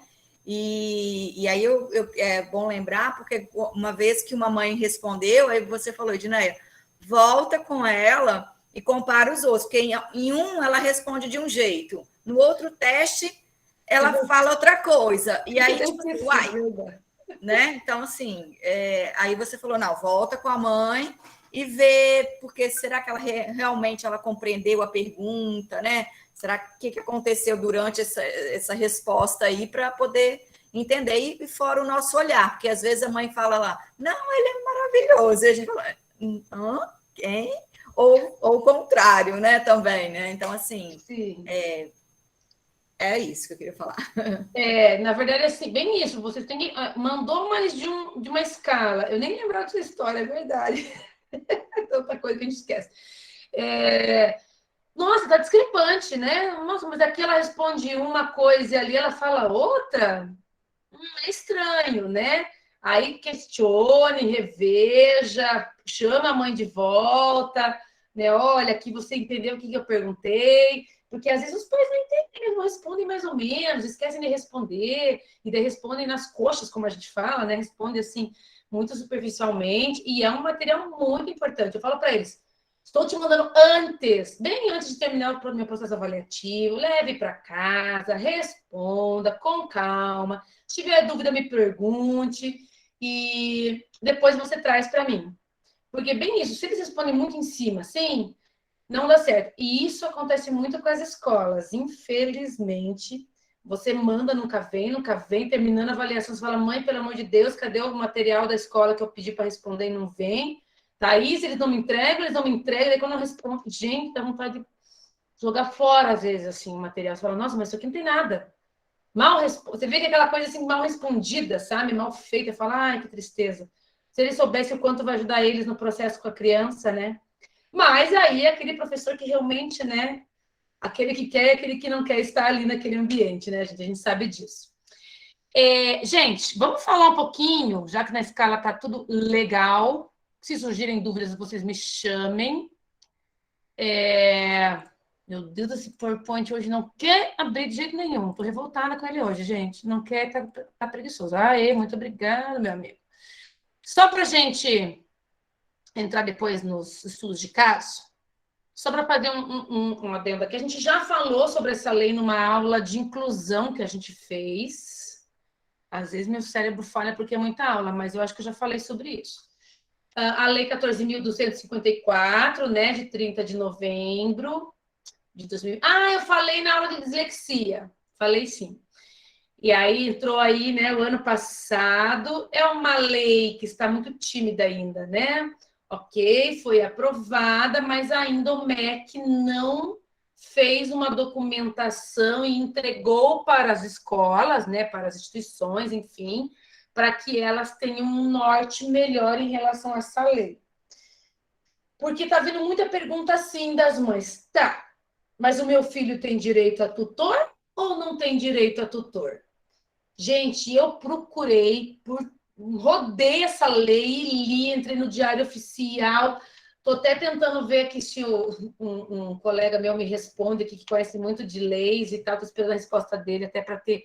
Falei, me ajuda aqui, porque eu não estou achando. Entrei em sites de advogados, assim, que trabalham com a parte educacional. Fui ler, né? E nenhuma delas realmente eu achei que tem a liberdade dele. Na verdade, todos falam o quê? Isso que eu escrevi para vocês aqui, que eu só copiei, né? O artigo 1 e do parágrafo único. Que agora, todos, né, que possuem a questão da dislexia, né? Transtorno de déficit de atenção e hiperatividade ou um transtorno de aprendizagem, vão ter o acompanhamento integral desde o início, né? Sendo indicado o encaminhamento para uma avaliação, para um diagnóstico, né? E o apoio educacional na rede de ensino. E a pergunta que não se cala é: o que é esse apoio? Nós não sabemos, né? Porque a lei não colocou o quê? O estudante, né, que apresenta o transtorno de aprendizagem, etc., vai ter o direito de ter um professor de apoio. Na verdade, ele fala que vai ter o apoio terapêutico, quando necessário, pela rede pública de saúde, né? Que a gente sabe que é aquela fila de alguns anos, né? Pelo menos aqui é assim. E vai ter uma adaptação curricular. Isso sim. A escola recebeu esse aluno, vai ter que adaptar esse currículo para esse aluno, isso está na lei. Ok, obrigado, Senhor, aleluia, já é um grande passo, mas não é o suficiente. Porque uma criança com dislexia precisava de um professor junto. É fato. Mas não tem. E não vai ter, pelo jeito, tá muito assim, meio, né? E aí entrou esse questionamento. Daí estão esperando até que o MEC dê uma orientação melhor para que as escolas tenham aí como base, né? De oferecer ou não. Mas eu vou dizer para você que eu acho que não vai ter. Porque, pelo menos no estado e no município daqui, eu acredito que vocês também me falem daí, eles colocam professor de apoio quando a criança necessita de acompanhamento na questão de alimentação e de higiene, e vai trabalhar as questões pedagógicas, mas entra em maior escala a questão de dependência de higiene e alimentação. E no estado aqui, nós estamos com uma defasagem de professores de apoio, que são os estagiários, né? Está tendo, assim, um professor para 4 autistas, por exemplo. Judiação dessas estudantes, gente. Pecadinho. Está começando a carreira e já pega assim, pá! Né? Sem conhecimento. Deveria, como a Thaís acho que não está aí, mas assim, deveria ter um AT, deveria, né? Mas, gente, não tem, né? A maioria, aqui em Curitiba é bem difícil. A Thaís até comentou que lá em São Paulo está virando assim algo mais amplo. Achei tão legal, gente, tão bacana aqui. Realmente é professor de apoio, que é o quê? É da rede pública e de coitadas. Elas têm que atender 2, 3 crianças de inclusão. Oi, Angélica. Falando dos professores de apoio, né? Aqui na nossa região é assim. Então, uma vez tem lá no primeiro ano, no segundo, enfim, qualquer série que está lá, tem 2, 3 alunos aí. Eles juntem todos numa sala, né? E contratem uma professora de apoio. No caso, uma professora de apoio, às vezes, tem 3 ou 4 ali para dar conta, mas ali ele tem um autista, ele tem um síndrome de Down, ele tem... não é só uma patologia, é mais, né? E sempre quem pega essas aulas são sempre professores que eles não têm o conhecimento, né? Eles ainda estão em formação, eles nem chegaram lá na parte de educação especial, e ali eles ensinam de qualquer jeito, né? Desculpa a palavra, mas sem ter o conhecimento, e quem que acaba sendo prejudicado? A própria criança, né? O aluno que está ali precisando de um apoio, precisando de um atendimento especializado com qualidade. E às vezes aquele professor que tem uma especialização não consegue pegar a vaga, né? Hoje, tendo um exemplo nas escolas das APAES, né? O que aconteceu? No último processo seletivo, aqui em Santa Catarina, pedagogos, aí que tinha um curso aí com poucas horas, podia se inscrever como habilitado. E daí a gente que fez uma graduação lá em educação especial, ficou todo aquele tempo lá estudando, está sempre se aperfeiçoando, como que fica, né? Muitos ficaram para trás, né, de um pedagogo que vai ficar na frente de alguém aí que não tem educação especial. Então, eu acho que quem sofre com isso são as nossas crianças, né? Sim, E aí, é bem isso, ouvindo hoje, assim, porque um aluno meu, ele é autista, complicado, assim, sabe, a situação dele, bem complicado, questão de higiene também, ele é verbal, alfabetizado, mas ele tem muita estereotipia, né, entra em crise com muita facilidade, daí pá, chegou o primeiro dia de aula ontem, 6º ano, meu Deus do céu. A mãe chegou para mim ontem à noite, assim, quando eu fui atender, ela falou, Thaís, você adivinha quando eu cheguei na escola, a coordenadora já com ele no braço, deu, ai, Jesus. Daí ela falou assim, por que não? Os professores nem sabem, né, que ele é. Ele falava assim para mim, mas tia Thaís, eles não entendem. Eu falava assim, o que eles não entendem? Eles não entendem que eu sou autista. Eles não entendem. Porque realmente, fisicamente, não mostra nada, né? E aí, assim, falei, pois é. O pai falou assim, Thaís, eu fui lá antes, entreguei todos os laudos, mas a escola não fez nada. Esse menino, primeiro dia de aula, bombando a escola e pá, o menino lá. Aí já marquei uma reunião da coordenação. Falei, ai, como é que vocês me fazem uma dessa, gente? Falou pro pai que não sabe se ele vai ter professor de apoio, não tá na sala do AE, que já tinha que estar. E aí o pai e a mãe de cabelo em pé, que são super parceiros, falaram assim, ai, a gente não sabe nem o que fazer, vamos para onde? Ministério Público, Secretaria, o que a gente faz? Falei, calma aí, uma coisa de cada vez. Baseei eles na lei, mandei um monte de coisa, fui entrando com meus contatos, preciso saber disso e tal, e correr atrás agora, vou sentar com a coordenação para falar, gente, vamos trabalhar junto aí, né? Vamos junto, porque ele não merece isso. Mas qual foi o erro? Se é uma criança que eu já recebi o laudo, tem indicação minha e do neurologista que ele tem que ter professor de apoio, por que começam a aula com ele sem nada?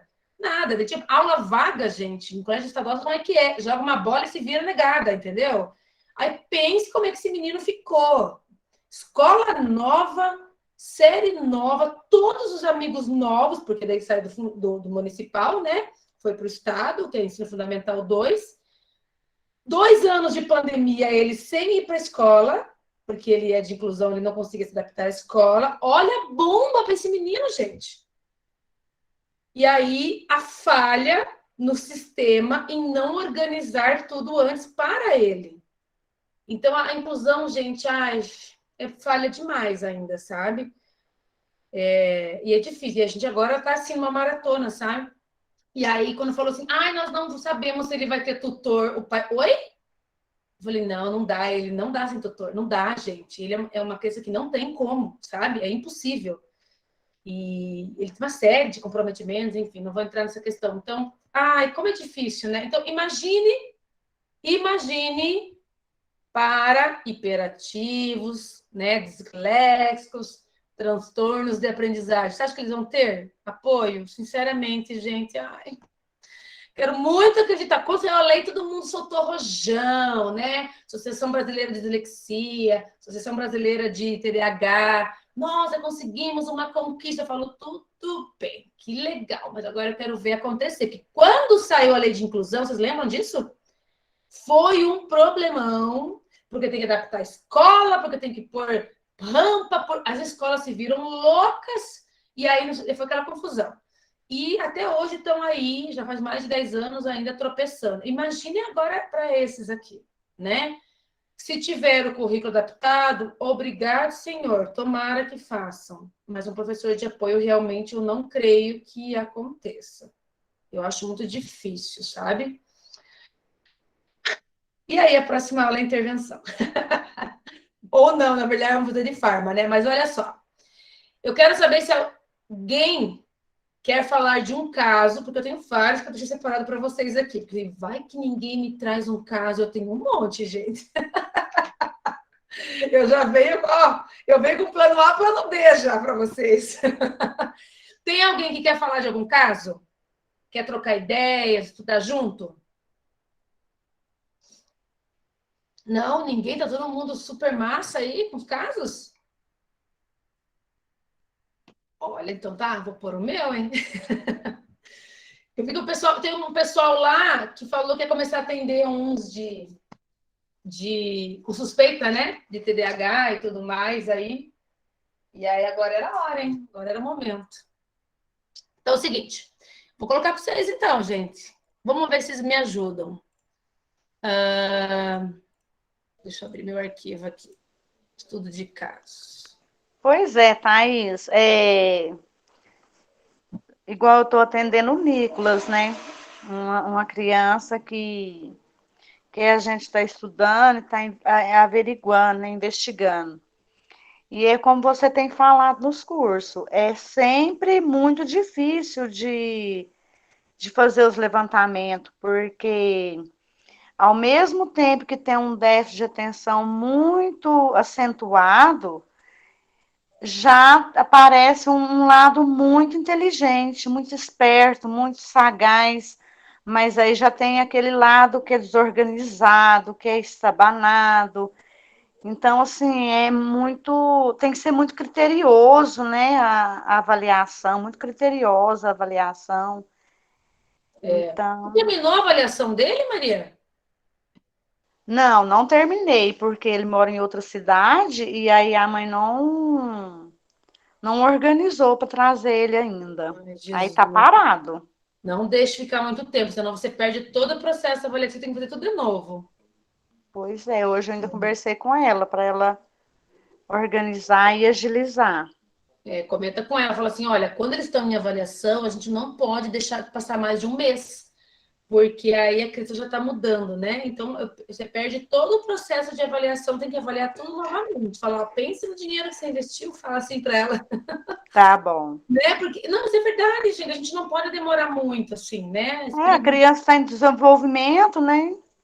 Porque daí o que acontece? Você, na época que você avaliou, ele estava de um jeito, de repente já está de outro, e daí quem olhar teu relatório vai falar assim, tá, mas peraí, né? Não está batendo aqui as coisas, não está batendo a informação. Se processo a questão da hiperatividade e da déficit de atenção, ela é um tanto quanto delicada, né? Porque se equipar, as características são muito semelhantes a outras. Por exemplo, uma criança com dislexia, ela é desatenta, ela é apática, ela é desmotivada, ela tem dificuldade de lateralidade, ela muitas vezes é estabanada. Você pensa, tem déficit de atenção. E às vezes não é. Como eu falei para vocês, uma criança de altas habilidades de superdotação, uma criança agitada. Por quê? Porque é um cérebro hiperexcitado. Ele não vai ser inteligente apenas para aprender ali a ler precocemente, por exemplo, ou fazer cálculos matemáticos. Em tudo nele vai ser muito precoce, muito aflorado. E daí é uma criança que não para, que tem muitas coisas, muitas ideias. E aí, muitas vezes, também é confundido com hiperativo. Quem tem o DEPAC, né? Deficiência no processamento auditivo central, tá com alteração, é uma criança desatenta, tem um tempo de latência diferente para aprender, né? Um delay, ele se fala, ela fica te olhando, depois ela te responde, é a depressão que ela é desatenta, mas não é isso, é o PAC dela que está alterado. Então, é muito delicado, isso que a Maria falou, é muito delicado você falar, isso aqui está mostrando, mas isso aqui não. E aí você vai investigando, às vezes não fecha ali, até porque a gente não faz diagnóstico, mas enfim, a gente dá, né, os indicativos, olha, vamos estimular um pouquinho, vamos estimular essa criança, e daqui uns 2 meses, 3 meses, enfim, né, vamos ver como é que ele está. Então, quando vocês sentirem que estão com dúvida, que não está muito claro, até por outros fatores, às vezes, que essa criança está vivenciando, se coloquem assim, olha, eu preciso... Tem algumas características que sim, mas tem outras que não. Para a gente não errar no diagnóstico, até porque o médico se baseia muito pelo que a gente escreve muitas vezes, né? A maioria, 90%. Vamos estimular, vamos trabalhar uma intervenção nele bem bacana, nessas dificuldades que ele apresenta hoje, e vamos ver como que é o resultado dele. E aí, meninos, vocês passam lá, sei lá, o tempo que vocês acharam necessário, 2, 3 meses, e observem. Puxa, tá progredindo, tá diferente, vai acabar descartando-se, né? Às vezes é falta de estimulação. Não, tá perseverando em determinados comportamentos. Opa, realmente o transtorno, porque a terapia vai ajudar o sujeito a melhorar em questão de comportamento, processo atencional, mas ele vai continuar tendo o transtorno. Ele vai continuar tendo dificuldades em determinadas coisas, né? Então, qualquer coisa, vocês trabalhem com a intervenção e depois, né, vão reavaliar essa criança, né, esse sujeito, tá? Vou dar um exemplo. Eu tenho uma menina que eu estou investigando, não é de hiperatividade na investigação, é de autismo. Não verbal, bem dependente, comportamento agressivo, heteroagressivo, autoagressivo, não. Ele é só heteroagressivo mesmo, ele só agride o outro. Enfim, uma série de coisas, só que ele vive num ambiente que favorece alguns comprometimentos comportamentais. Por exemplo, a mãe trabalha muito, porque ela é médica, então ele vive pouco com essa mãe. Quem fica com ele? Uma babá, que já é uma senhora venezuelana, ela não fala a língua portuguesa, ela fala tudo em espanhol. Ele falava, o pouco que ele falou para mim, ele falava assim, uno. Eu falei, eita, nós, olha aí a babá. Aí ela é referência para ele, porque ela fica o dia inteiro com ele, ela dá comidinha na boca dele, ela faz tudo o que ele quer e deixa ele o dia inteiro no celular. Então, é uma coisa que não está estimulada. Eu falei para a mãe, tá, vamos ver, deixa eu avaliar, porque nós temos realmente a questão do autismo bem presente nele, mas nós temos uma questão ambiental, eu não posso descartar. Eu preciso realmente ver se essa questão ambiental não é o que está prevalecendo no comportamento dele. Ontem a mãe já me falou assim, ai, Thaís, tirei da escola porque ele não parava de morder as crianças. Ele não é verbal, ele morde. E como ele não aceita não dividir as coisas, né? Ele não divide, ele é bem egocêntrico, porque é criado assim. Como que ele reage quando não é verbal? Eu mordo e eu bato. E eu ainda sinalizei para ela, falei assim, se vocês não tirarem o comportamento de mordida, ele vai morder todas as crianças da escola e vai chegar um momento que os pais vão reclamar. Porque nessa idade de maternal é comum, parcialmente, até o teu filho ser mordido. E é a mordida, gente. Pensa nos dentões. E aí, realmente, ela me falou, eu ia na escola, né, para fazer vivência, né, que eu verifico, quando é pequeno, eu vou até a escola para fazer a avaliação visual, né, de como ele é em outro ambiente fora o clínico. E aí ela falou assim, não, vou esperar eu ir pôr em outra escola, porque eu tirei de lá. Eu falei, pois é. Então, gente, só vou explicar para vocês o quanto a gente precisa ter entender esse ambiente escolar, esse ambiente familiar.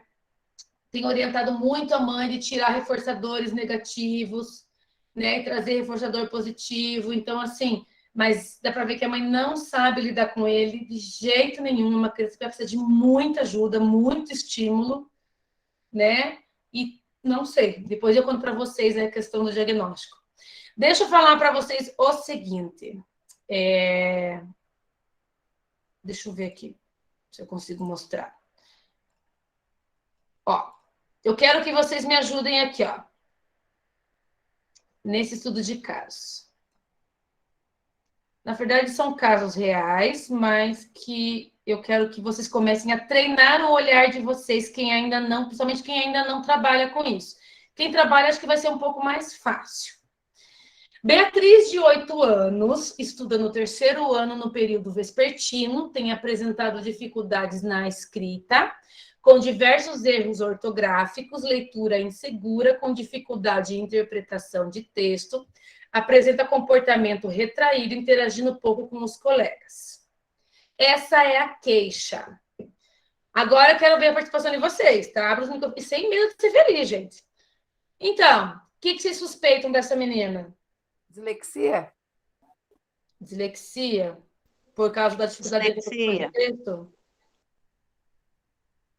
Tem lógica. O que a gente poderia aplicar com ela, gente?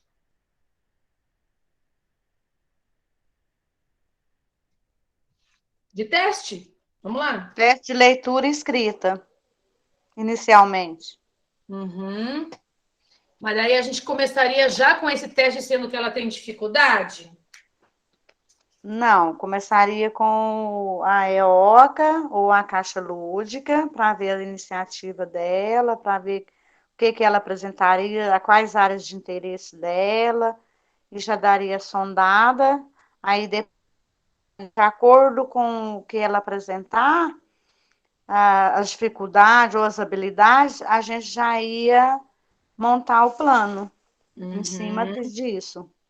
Entraria também as provas piagetianas? Sim, para ver cognição, né?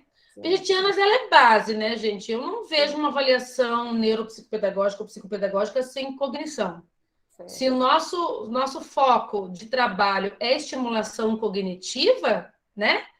Então, a gente tem que ter alguma testagem da área de cognição. Então, bem pertinente. Piaget, né?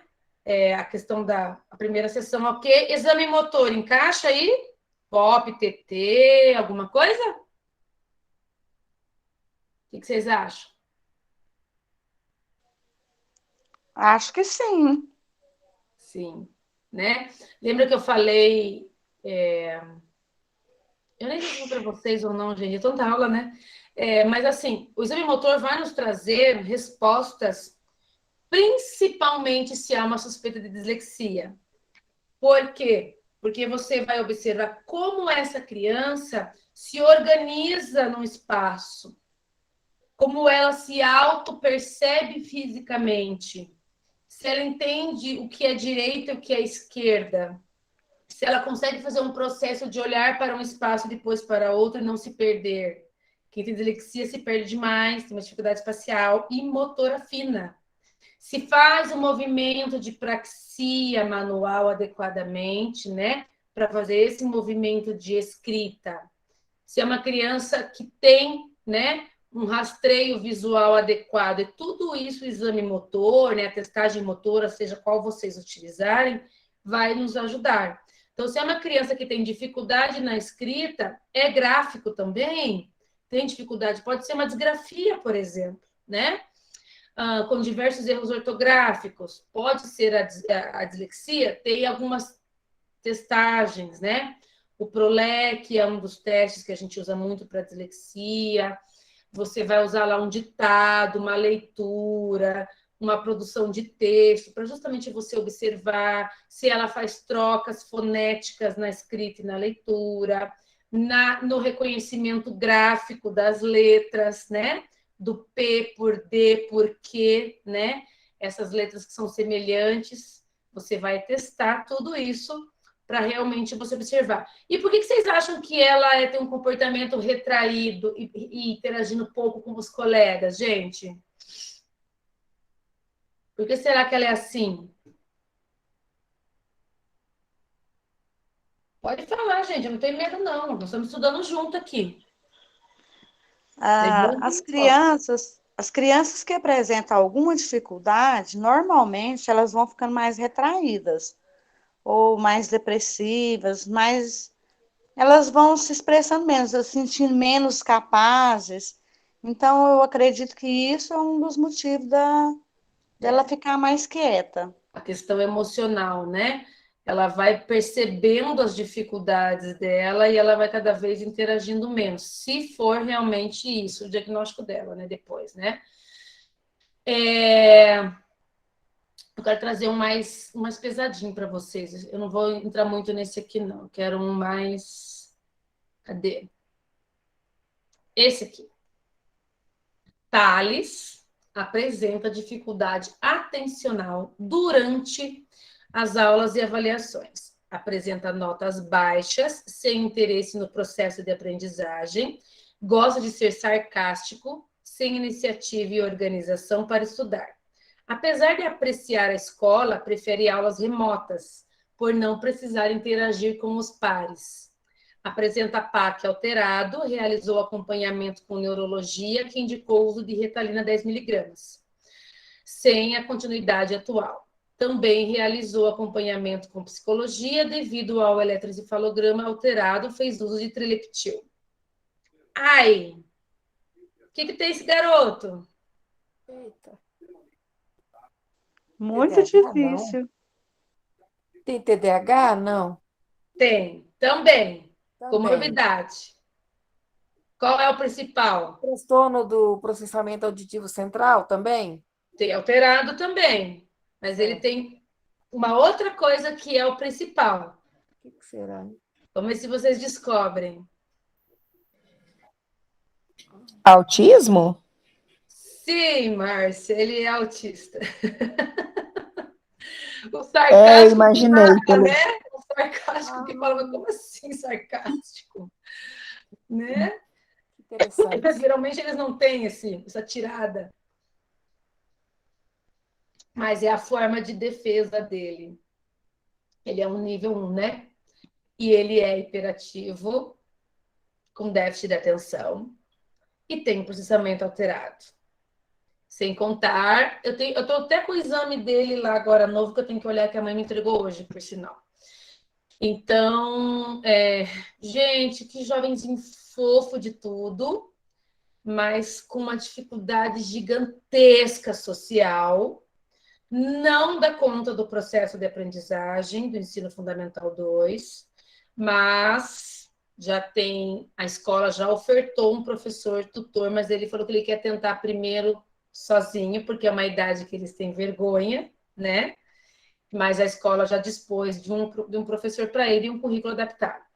Mas é um menino que, assim, para a gente observar a questão do autismo, foi bem delicado, porque ele muitas vezes olha para você, ele é muito tirador de sarro, e você fala, tá, isso não encaixa. Mas ele persevera muito nas coisas, tem muita dificuldade de ir para a escola, no meio comum. Ele queria, para ele, as aulas remotas foram ótimas, porque ele não precisava se expor, deixava a câmera desligada. Não se esforça em aprender, se nega a receber muitas vezes ajuda. O autismo na adolescência, gente, é bem complicado. Eu não sei se vocês... acho que a Edneia deve atendia pelo menos um jovem, né, Edneia, autista. Eu atendo. Ele está no 9º ano. E hoje foi o primeiro dia que eu retornei no atendimento com ele das férias. Aí aquela coisa, né? Aí eu falei, como é que tá a escola?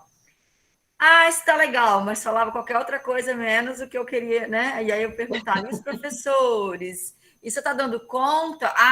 Tá muito difícil. Vai ser mais difícil, mas assim, essas questões mesmo, né, que você colocou aí. Só que no caso dele, ele quer ser o descolado, ele quer interagir, então ele quer assim, eu tenho namoradinha, mas é tudo na mente dele. Sabe? Então, assim, eu tenho namorada, eu faço isso, eu faço aquilo, então ele faz de tudo para ter esse social dele. Então, assim, é aquilo que a gente sempre estuda, né? São casos e casos, né? No caso dele, é um autista que quer essa interação.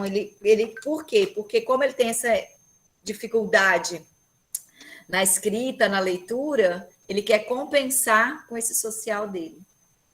Você vê, né, como é fantástico, né, essa questão do autismo. Por isso que é um quebra-cabeça colorido, né?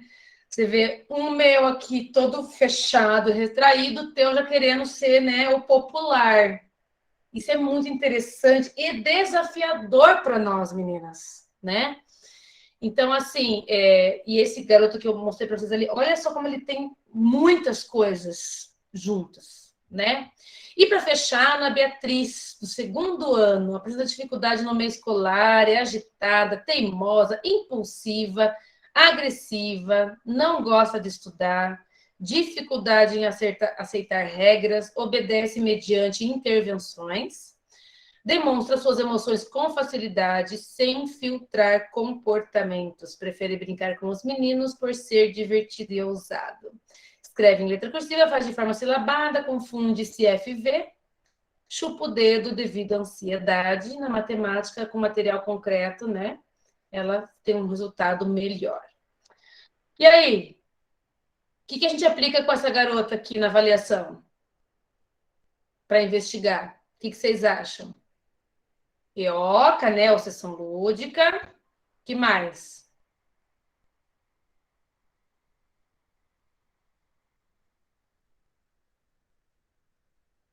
Manda as escalas de comportamento ou não?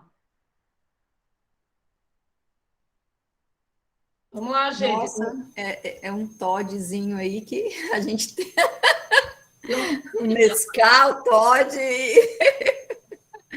Aí as escalas têm que estar presentes, sim, né? Na verdade. Quase sempre, né? É difícil não mudar, as né? escalas, elas vão nos ajudar muito, né? A enxergar na escola, enxergar em casa, né? Fora ali do consultório. Isso mesmo. Então, assim, aplicar todas as testagens formais, né, que vocês já sabem, de linguagem, de matemática, de cognição, para justamente ver se não tem rebaixamento nessas áreas. Se não tem rebaixamento cognitivo, se não tem rebaixamento pedagógico, se não tem rebaixamento motor, né, se não tem rebaixamento nas funções executivas, aplicar o TAC, o trilhas, né, que nos ajuda muito porque ela é agitada, né, é impulsiva, pode errar no teste por uma impulsividade, não por uma incapacidade. Tudo isso tem que ser analisado em crianças assim. Cuidado quando for aplicar testes de tempo e que não pode ter erro, que são os testes de funções executivas, tá? Vou aplicar cubos de Corse, presta atenção se entendeu. Vou aplicar trilhas, presta atenção se a criança entendeu, porque como ela é esse perfil, né, de impulsividade, pode ser que ela negligencie o resultado não por uma incapacidade, mas por uma impulsividade que fez com que ela respondesse sem prestar atenção no que era para fazer, tá? Então, testes assim que vocês não podem reaplicar, sempre façam um modelo, mostra como é que faz, todos eles têm esse momento, tem um movimento que nem o Trilhas e o TAC, que tem a folha... Trilhas, não, desculpa, o TAC que tem a folha treino, que é para pré-escolares. No caso dela, gente, eu vou fazer. Eu vou aplicar o treino de TAC, que é para pré-escolares. Thaís, mas ela não é pré-escolares, mas ela é uma menina impulsiva. Eu sei que ela vai errar, e daí eu não vou poder voltar ao teste, vou queimar o teste. Então, eu vou dar a folha treino do TAC para ela, porque ela é desatenta e ela é impulsiva, e eu preciso que ela treine primeiro para depois fazer o teste real. Vocês entenderam que existe sempre uma flexibilidade no nosso trabalho? E aí você vai aplicar todas essas testagens e vai aplicar as escalas, né? E essa menina é hiperativa. É a menina que eu contei para vocês, que ela não se limpa lá porque ela quer sair correndo e brincar e etc e tal. E ela é uma fofa, só que ela é desafiadora, ela é teimosa, ela não chega a ser um Todd, porque comigo ela consegue manter comportamento, sabe? Porque assim, o Todd, ele é onde for, porque é um transtorno, né? Então, assim, ele é desafiador e opositivo em qualquer ambiente. Ela consegue ainda ter esse nivelamento, mas em casa o negócio é mais complicado, né? Então, assim, eu queria só trazer algumas... Tem outros ali, mas eu não vou entrar até tarde já também. Deixa eu interromper aqui o compartilhamento para a gente se falar. Ô, Thaís, Oi, amor. Na oportunidade, eu queria que a gente falasse um pouco sobre o TOD também. Por quê? Porque como ele é bem complicado, e aí eu fiquei na dúvida um dia que eu estava assistindo um curso lá da Rema, que fala? Nem sei o nome direito. Rema. E aí o professor falava assim que o TOD, eu posso ser TOD, tipo, lá na escola, e na minha casa, não. Eu posso ter TOD em lugar. Aí eu falei, gente, aí eu fiquei assim, já era gravado, uma coisa gravada, que não era igual a gente está aqui em estudo, né, que a gente vai discutindo. E aí eu falei, gente, eu sempre que eu li alguma coisa, o TOD, TDAH, né, autismo, ou não é? Né? Então, assim, e aí a forma que ele passou foi o contrário, ele falou assim, Então, você tem que ter cautela, porque às vezes a criança ela é um TOD, mas ela apresenta comportamentos apenas em casa ou apenas na escola, né? Aquela criança que na escola é agressiva, é impulsiva, aquela coisa toda. Aí eu falei, uai, mas se ela é na escola, ela vai apresentar em casa. No consultório, eu até entendo, porque o nosso tempo é menor, e às vezes, mas mesmo assim, quando ela vai criando uma intimidade com a gente, ela vai, né, assim, falando os nãos, vai apresentando no meio da conversa, né? Então, assim, numa oportunidade, coloca aí na sua lista, né, para a gente fazer um encontro. A gente acaba estudando muito sobre, né, Edné? Porque como é da psicologia... Então, por isso, aí eu falei assim, e aí você lembra que, igual eu tive alguns casos que as mães queriam, e os meninos eram pequenininhos, aí a gente falava com as mães, olha, tá muito novinho ainda, porque é a mesma coisa do TDAH, né? Para a gente poder detectar e falar. E às vezes é isso, às vezes é a forma que ele é educado, que a mãe é impulsiva, a mãe é não sei o quê, essa criança vai ser dessa forma, né? E aí a gente fala, TDAH, ele é TOD, mas às vezes não é nada disso, porque no caso desse aluninho, desse paciente lá que a gente avaliou, no meu caso, que a mãe queria mesmo sobre TOD, a gente falou que a idade não permitia, mas a gente até chegou à conclusão que, assim, que ele não tinha nada de TOD, porque ele me obedecia, ele tinha aquelas situações. Então, assim, aí quando eu ouvi isso lá no Rema, e agora você comentou de TOD de novo, aí eu falei, então, assim, na oportunidade, deixa na sua lista para a gente trazer, né? Porque é interessante a gente tentar... Quando a gente fechar o TDAH, né? Que acho que agora falamos de farma e depois intervenção, deixa que dá para falar sim. E eu vou ter que estudar, como eu sempre faço, né? Estudar mais sobre isso. Sempre que eu faço uma aula para vocês, eu vou atrás dos conteúdos. Porque realmente, assim, estranha essa fala dele. Se é um transtorno... Menina, aí eu fiquei assim, eu falei assim, meu Deus, por que não é ao vivo para eu ver? Perguntar como assim, né? Para entender, né? Mas assim, e eu confesso também que eu também não fui atrás depois assim de buscar alguns materiais para ler, né? Eu só assisti, ouvi, e essa demanda da gente eu não porque eu já perguntei isso para psicóloga e neuropsicóloga que trabalha comigo há anos, né? E ela falou: não, Thaís, quem é TOD é em todo lugar. Mas eu vou a fundo, vou procurar sobre isso. Vai que, né, a gente não está conhecendo, né? Vale a pena. Gente, dúvidas? Tudo ok? Tudo bacana? Vamos para a nossa fotinho tradicional de todos os encontros, para eu botar lá no grupo. Bem bonitinhas. Quem quiser abrir a câmera, abre. Quem não quiser, tudo bem. É só a Vanessa. Não acredito. Bom, Raquel. Agora sim. Minhas meninas lindas.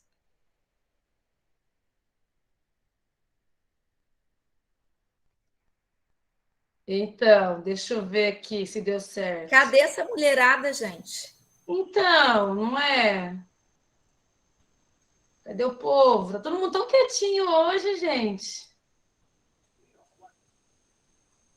Não deu certo minha foto. Peraí. Vamos lá de novo.